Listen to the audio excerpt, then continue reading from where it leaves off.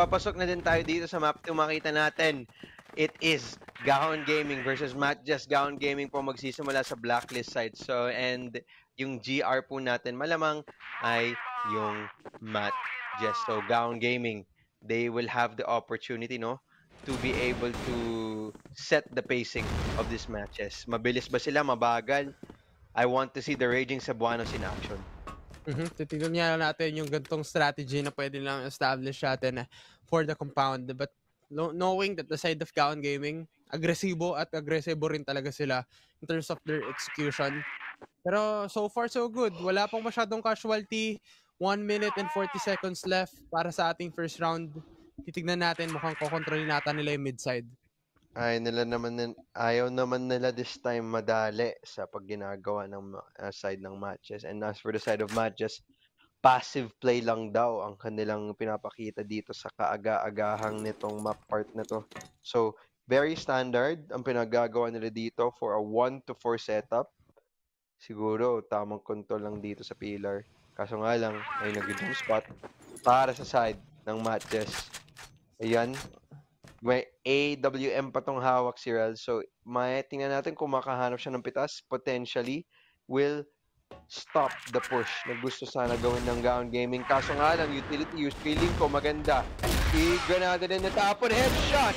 Sabi ni Rel, double kill daw! Sige, pumasok kayo dito. Madadali kayo, pero buti na lang si Jams. Mabagal ang trade cast and dumating na din popcorn, sabi ni Loy at MZ. Binuksan na nila yung site. And Jess, parang gusto nila ituloy-tuloy ang momentum na nakuha nila nung map 1. Yun yung big factor on the side of Rels. Hindi lang siya AWM user. Kumbaga, kaya niya maging on point dun sa kanyang pistol. Knowing what a good play dun sa double headshot na nakuha niya, ayun yung nagbigay pa ng magandang opportunity and space para sa kanilang team. But unfortunately, hindi magkoconnect yung kanyang first shot. Natama nga ba yung unang kill? But again, Jeprox and A7J, the 1-for-1 exchange. Pero mukhang kailangan nila mag-back off muna. Ang tapang niya no, ni Rels, hindi siya nag-back. Nag-stay siya gamit ng kanyang pistol. A7J, tinuloy-tuloy ang pinaggagawa ng kanyang kape. Nakahanap pa ng isa pa. Flashbang, tinapon, Jeprox, ayaw umalis. Holding lang daw. Tingnan mo ba naman ang posisyon ni Jefferson? Napakaganda. Makahanap siya ng lason dito. Baka pwede siya bumukas dito ng pinto ng oportunidad dito sa B-site. So, will he be able to find yung nag-iisang dumidepensa dito? A7J, nahanap na si Jefferson at yan ang masama pag ikaw nasa side ng Gahon Gaming. Tuloy-tuloy na din Loy and Jeprox. Naiwan na lang siya sa 1v4. No po, Jeprox, paano magiging maganda kaya ito for the side of Gahon Gaming dahil dito sa 3 versus 2? Make it a good space para sa side ni Jeprox. Nakuha na naman ng another headshot kill. 2 versus 1, winnable situation kung ikaw si Jeprox. Pero kailangan mong maging handa with the side of MZ will fall down. A7J also, reload lang muna, reposition, titignan with a jump pick. Pero titignan naman natin, ginagawa lang rin naman talaga dito ni Jeprox ang lahat. 42 seconds against the 4 members on the side of Just. Nakuha niya at na-pull up niya yung magandang clutch na yun. Yan na nakakainis na clutch. Kung ikaw nasa side ng Just, magagalit ka dyan. Di ko alam kung bakit nagpa-reposition pa si A7J nung huling party na yan. Pwede naman siya mag-hold or siguro iniisip niya, di siya maririnig. Kaso nga lang, the timing wala sa kanyang pabor. And dahil dyan, nadali siya. Gahon Gaming with parang ninakaw nila yung buong round na yun sa kamay ng Just. They have to be sad about that. Kaso nga lang si Reds, gusto niya kunin ang kanyang revenge. Wala na yung sniper ng Gahon Gaming. Wala na yung pinaka-initiate fight na pwede nila makuha. Pero sa MZ na naman nag-iingay, Jackpan also will fall down. Mukhang mawawala agad yung ibang mga players on the side of Gahon Gaming. 5 versus 3 lamang ang may alam, lalong-lalo na si Loy na napakaganda ng positioning niya. For sure, once na may makakuha ng information dito, they have the wonderful advantage to get this kill. It would be a wonderful advantage as C4. Papunta na din dito sa B-side. Kaso si MC, Kailangan Siya tignan yung corner. depensa kasama ni Loy. Bala. Tinatapon. Flashbang. Tinatapon na din. Tinitigilan yung gustong gawing buhos ng mga taga-Cebuano. Taga-Cebu. Loy. Granada. Magandang damage. Kaso, na-trap na din siya dito sa, sa corner na to. Kaya, binabagalan na lang na itong Gown Gaming. Naghahanap ng Pero tamang oportunidad. kinagandahan kasi, ang daming naka-crossfire dun sa positioning ni Loy. Kasi alam na ng mga players ng Gaon Gaming, nandun si Loy, ayun yung unang target natin, pero hindi nila alam. It's a trap for the side of Gaon Gaming. Kaya kung ako sa kanila, huwag nilang papasukin yan dahil napakadaming titingin sa kanila. Katulad dito, dalawa ang makukuha, tatlo. At ayun yung patibong na nakuha nila sa kamay ni Loy. Perfecto. Miski isang miyembro sa Matches ay hindi nahulog. Perfect round po yan. Ngayon, Matches leading na naman. B-Pillar, labanan naman agad to. Jefferson, unang makahanap. Loy, paring ng dalawa. Tatlo! Buhay na buhay itong lalaking to. MC, follow-up kill. Naiwan na lang dito. Mag-isa, Jefferson, hawak, sniper. Kaso nga lang, mukhang gusto siyang ipitin ng mga miyembro ng Matches. May tao sa harap, may tao sa likod. At yung Granada ang magpa-popcorn sa kanya. 1-3, Matches. Sila naman ngayon ang may lamang. Katulad ng sinabi ko before this map start, pwede talagang i-push forward yon ng side ng Matches knowing that they have the capacity on surprise pick-off, surprise play na katulad dito. Pwedeng gugulatin nga, pwedeng bigyan ng magandang informasyon, pero knowing that the side of Matches, pwede agad sila pumlank eh. Pwede agad nilang likuran kung sino yung mga players sa side ng Gaon Gaming. Ganda ng ganda ng basa dito no pinaggagawa ng Matches. Last round, nag-stuck sila dun sa B-Pillar. So, that's the perfect read ng ginawa nila. Ngayon, iniisip nila, pupush naman sila dito papuntang LA. Tinigilan agad. Nagtapon ng granada, nagtapon ng flash, nagtapon ng smoke. Tamang-tama ang basa, pero si Jefferson, siya naman ngayon ang makapaghanap ng pitas dyan kay Reds. Nahulong na din ang sniper player ng Matches. And it looks like it might be an open A site for the side of Gaon Gaming. Interesting sa mga players dito ng Gaon Gaming. Makukuha nga ba nila itong round na ito?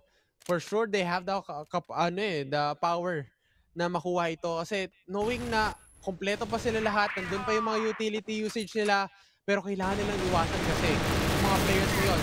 Jefferson, nandun na naman na pwede nilang kunin yung kill. Katulad dito si Frey with a 2K. Siya ang makakuha ng magandang pick-off. Pero kailangan mag-back off. Kailangan respetuhin ng Gaon Gaming yung gantong presensya na kayang ibigay sa kanila ng Matches. Tinaman ba naman, red life na din silang lahat. Jeff Franks na lang ang naiwan dito na 1v2. Nadali pa. 40 seconds left. C4 nasa kanyang kamay. Ano ba pwede niyang gawin dito? Loy, nasa taas. MZ, nasa baba. Kailangan niya maghanap ng kahit isang player dito at kailangan niyang patayin. MC, nakita na. Jeff Franks, gamit ng isang pixel. Nakahanap siya ng tamang pitas. Loy, 1-on-1. Umilalim na din to si Loy. Nasa taas pa din. Sapat pa tayo oras. Kaya ba nito? 12 seconds na basa nito ni Loy. And 10 seconds left on the clock. Nakuha ni Loy yung huling kill, making the score 1-4. Interesting na makita ito on the side of Loy with a good IQ decision na nakakuha nga siya. Nakuha niya agad yung magandang plano na okay, push na lang natin yan. Pero si Loy na naman ay mukhang mapupuruan ni Jeff R. Soul. And now, makikita natin, Gaon Gaming, lamang ulit in terms of players. Yeah, Gaon Gaming holding it out. Tingnan mo ba naman ano pwede nilang gawin dito? May isip mo naman sa side ng Matches. Napakalalim na ang kanilang lurk. Alam ba ng Gaon Gaming na may tao na pala na nakapwesto dito? Ganun kalalim para sa side ng Matches? Oo. Nakahanap nila si MZ. Siguro, gumawa ng onting sound, no? Gumawa ng onting noise. Nalaman tuloy ng Gaon Gaming at dahil dyan, nadalan din, A7J, bukas na bukas yung site na gusto nila nang puntahan. Kaso si Frey, tinitigilan sila sa kanilang mukha. Iwan na lang dito si Rels. Rels need to be able to find for more than one kung gusto niya i-hold tong B site. Jefferson Uy, alam niya. sa taas ng tower. Ore! Isang nahanap niya. Okay, this time sa entrance, kanyang pinapanood. Pwede ba siya makahanap? Jackban nandun sa loob. Hindi niya alam. Pero hindi sila makapag-cross unless hindi nila ma-clear out. Katulad na naman dito with a good pick-off. Pero mukhang ma-outplay pa ata. Kamuntikan yan for the side of Gaon Gaming. Napakahirap nito. Dahil nandun si Frey, nakita niya agad yung information pero nandun na naman sa control room area. Tamang kuha lang sana ng information pero nandun yung kanilang magiging decision making. Kita nga ba nila si Frey? Pero si Frey, isa lang naman yung kailangan yung pa-pick off agad dito. Andun yung mga players ng Gaon Gaming na on point na on point. Jumps and Jackban with a good and wonderful round win para sa kanila. Okay. Nakakakaba yung round na yon. Muntik pa makuha ng Matches yun. Pagkatapos kumuha ng isang napakalupit na lamang. Well, ngayon si Rels nakahanap na naman siya ng isa pang pitas lamang naman ngayon ang Matches. Tuloy pa din gamit ng kanyang pistol. Pero buti na lang si Jefferson nakahanap na yung trade after all this time. But the damage has been done. It's still a 4v3 na lamang pa din ng Matches. Kaso di alam ni A7J, may tao na pala sa kanyang likod. Jackban finding for another kill, leaving it to a 3-on-3. Interesting, Matches. Paano didiskartehan tong gantong sitwasyon? Kasi parang masasabi ko na Gaon Gaming, alam na nila yung weakness point ngayon as of now ng Matches. Kasi alam nila na kung nasan nakakalocate, saan dumidiskarte, saan pumupunta usually yung kanilang mga kalaban. Pero si Loy, alam niya na nakita dun sa may A site banda. So, titignan natin paano niya iiwasan yan. Mukhang i-consider niya na lang yung position niya na lumipat na lang muna. Okay. Ang dami pa namang oras. May isa pang minuto dito kung pwede paglaruan para sa side ng Gaon Gaming. B site, B pillars. Papunta na din sila dito sa doorway. Tingnan natin kung iilan ang pwedeng kunin dito ni MZ para sa side ng Matches. Alam ba niya na may tao na pwedeng manggaling dito sa main entrance? Smoke grenade, tinapan din dito sa mid siguro, gumawa ng onting ingay. Gumana naman. Mag-isa pa din to si MZ. Ganda ng flashbang. Tinigilan yung push. 30 seconds. Slowly but surely, kailangan naman sila siguro dito pumasok para buti nilang Jefferson. Nahanap niya yung pitas. Pero, yung rest back, nandito na. Matches, bumuhos kayo. Bubuhos din kami. Frey, tumalon. Damage, done. Red light, Toy, 1v2, Jefranks and Jackban. Nahanap nila yung tamang pitas to give another point to the side to Gaon Gaming. Gaon Gaming, napakaganda talaga ng execution nila and katulad nga ng sinabi ko, parang alam na rin talaga ng Gaon Gaming yung pwede pang maging action ng mga players ng Matches, knowing na mas nagiging imposible na din for the side of Matches na maging aggressive kasi mas nagiging mas nagiging passive na kahit paano. Passive aggressive yung galawan dito ng Gaon Gaming kasi nag-i-stay sila sa base nila kasi pwedeng mag-overcommit agad yung players dito ng Matches. Totoo. Ayan. 4-1 default ginagawa. Naghahanap ng impormasyon dito sa mid. Kaso nga lang, wala silang control dyan sa A-long. Pero feeling ko, tama yung tawag nito pag ikaw na sa side ng Gaon Gaming. B pillar control. Tama lang ng hanap. And for the side of Gaon Gaming, no? They need to execute this perfectly. At least, alam ko, dalawa. Or actually, isa lang yung nasa site ng yun mismo. Yung iba, nasa mid, nasa A. So, their execute needs to be flawless. Kung makahanap naman sila ng isa, that would be great. Kaso nga lang, mali yung basa. Mukhang ayaw naman nila ituloy itong B main take. Kukunin lang yung bomba na iwan sa base. And, ayan na nga, pabalik na din sila. Okay, labanan. Jefferson, Frey, magwawagi. Wala na ang mid lurker ng Gaon Gaming. Hulog na. Matches. Ganap ng tamang pitas. Uy! Jeffrey! 180! Headshot! Golden! Jams! Nahulog! Nako! Napakasakit niya! Tuloy-tuloy pa din. Reals finding for another one. 2 on 4. Nako, mahirap naman to i-clutch kung ikaw na sa Gaon Gaming. Opo, napakadelikado, Jeff. Rox. And also Jack Ban. The J3 combination play. Makikita nga ba natin sila? Makukuha nga nila si Rels. Pero A7J, dun sa may second or 2F ng ating A-site. Pero dun sa may gitna, makukuha nga ni Loy yung isa with a golden headshot na meron siya. Isa na lang yung matitira and a double golden headshot. What a play para kay Loy. Consistent etong player na to since nung nakita at nakasko last year dun sa ating tournament trend in the CFS PH Master. Agree ako dyan. Ngayon, B-pillar stock naman ang pinaggagawa dito ng Matches. Na-miss! Hindi pa nakuha neto ni Rels. Kaya nadali siya. Ngayon, B-pillar push na gustong gawin ng Gaon Gaming. Pinipwersa na. Kaso si MZ, tinitigilan yung tulak na gusto nilang gawin dito. At mukhang hindi na nila ito itutuloy. Kahit may flashbang, MZ, ganda ng pwestuhan. Kaso nga lang, wala din mahanap. Kaya, binagala na naman nitong Gaon Gaming ang kanilang bilis. B-pillar. Parang inuhold lang. Now, tahimik kasi naghahanap sila ng tamang pitas. C4 na sa kamay nila. It is a 3-on-3 fight. Mahirap pa din. B-pillar, sinahold pa din neto ni MZ. Ayan and handa na siya. Kahit papaano, pag dito sila dumaan.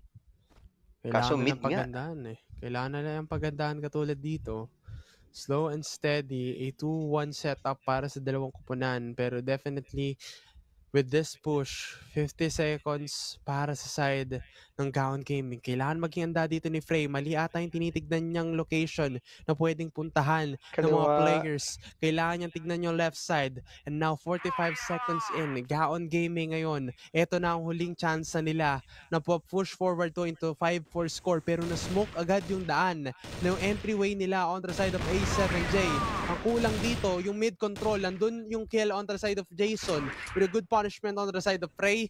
1-for-1 lang pero mukhang low HP. Etong si Jason, kalahati ang buhay pero makikita mo rin naman dun sa may likuran si Frey. Overcommit na rin etong si Jack Ban and all of the members ng Gaon Gaming hindi makapagplanta dahil si Jack Ban or si Jason ang matitira para sa kanilang team. May lupa pa naman tong side ng Gaon Gaming, kaso si MZ just easy clean up. Bigayin pa din ng defuse. So ayan, isa pang round binigay sa side ng Matches at yun ang katapusan ng first half natin. Switch sides naman ngayon. Ito yung tanong for the side of Gaon Gaming. Makaka-bounce back ba sila or the side of Matches? Mapipigilan ba ulit nila yung Gaon Gaming gawin yung gusto nilang gawing execution? And now Matches, alam natin, mas ginugusto talaga nila mag-push out. At yung pag-push nila na ito, binibigla agad nila. Mukhang bibiglayan itong H-site for the side of Gaon Gaming. Pinabagalan yung pace ng Matches pero mukhang mas dedikado sila para kunin tong lupa na to. LA, ngayon, sa kanilang kamay, aware ba sila na may sniper sa long? Oo, kaya sila yung nag-backing. Pumunta sila sa ibang parte ng mapa. Jefferson, yun yung nakahanap doon sa LA. Ngayon, slow it down one more time. Mid-side. Gusto ata kunin ng Matches. Smoke. Tinapon na. Tinigilan yung vision dito sa A-site. Pupunta ba sila sa B? Yan ang tanong.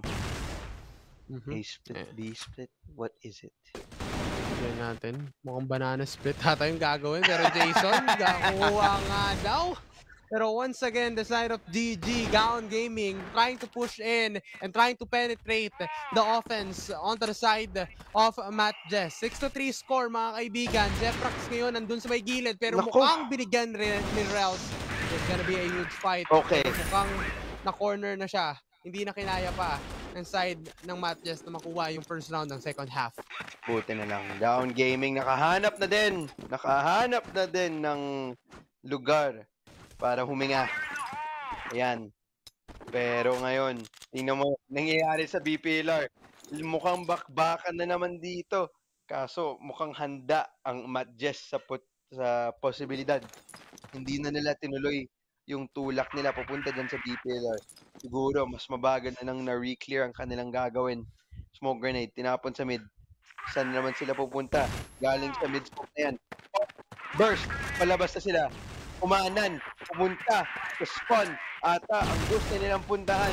Ayan, nasa kanya na ang lupa. Kaso nasilan pa din, nagbabantay si Jams kasama ng Crossfire ni Jefferson. At ang kanyang kasama, kaso si Loy, iniiwan na dito. 1v2, utility, tinapon, granada, di pa, pinaplan. Ayan na. Okay, tama lang. Nahanap ng kali. Loy finds one. Kaso, yun lang ang kanyang makukuha. Gaon Gaming. Tuloy pa din ang laban. Napaganda.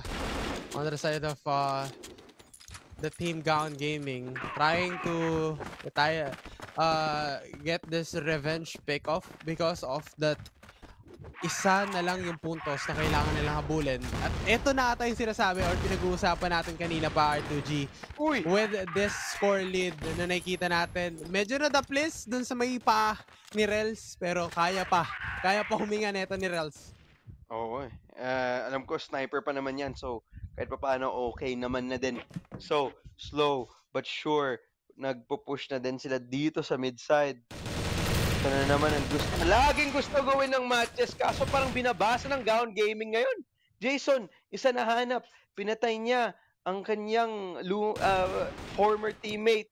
Kaso nga lang, Jams, isa pa dito sa BPLR. At mukhang Matches, nahirapan na sila maghanap ng tamang posisyon or depensa against the people that they're currently up against. Spray, unang din makahanap ng isa pa. Kaso nga lang, sabi ko sana, nag-whiff siya, pero nahanap pa din niya ang kill doon. Now, leaving it 2v3. Rels, Red Life, C4, wala sa kanilang kamay. Now, talon-talon lang din. Naghahanap ng tamang pwestuhan. HP! Si Rels doon sa may taas, alam na nga nila. Pero with a good scope in, nakuha agad yung trigger discipline. And now, Jeprax, nandun si Jeprax sa 2F, bumaba.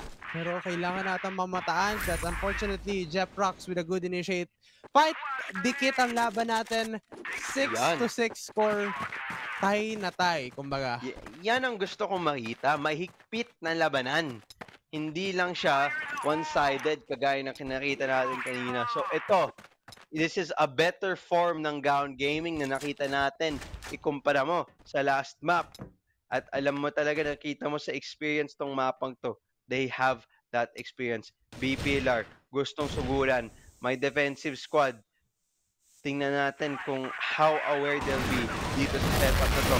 And nga, papasok na din. Kaso Gaon Gaming, patuloy-tuloy pa din ang depensa. Jams, hulog, Rels, trade. May isa pang kalaban dito sa mismong site. I-clear ba nila? Mukhang mahirap. Tingnan natin. Alalaman natin. Paano nga ba nila i-clear agad yan? Pero what the play? Popcorn na naman! For the side of Jefferson. And MZ also. Mukhang matatamaan ka at malalaman mo ang katapat mo, which is Jefferson with a good, wonderful win para din sa round na yun. 7-6 score. Lamang ngayon ang Gaon Gaming. Oo eh. Never, based off the previous performances, parang nagpupulang pero ngayon, gising na tong Gaon Gaming na to. Okay. Tamang hold lang. Hanap lang. Mukhang crossfire dito sa mid-side. Pero malalaman ba nila na may tao dito sa taas? That is the question. Smoke grenade sinapa na din sa short. Kaso nga lang, wala. Okay. Trade lang ng utility ngayon. Wala naman masyadong nakakagigil. Except for that, Jason kung nakahanap. Jamie, finding another one. Trades. Feeling ko masyado nang mabagal ang trade na pinaggagawa dito ng MJ. Tama ka dyan. Yeah. Kasi dun sa mga trade-off na yun, nakukulangan ngayon sila ng potential pick-off.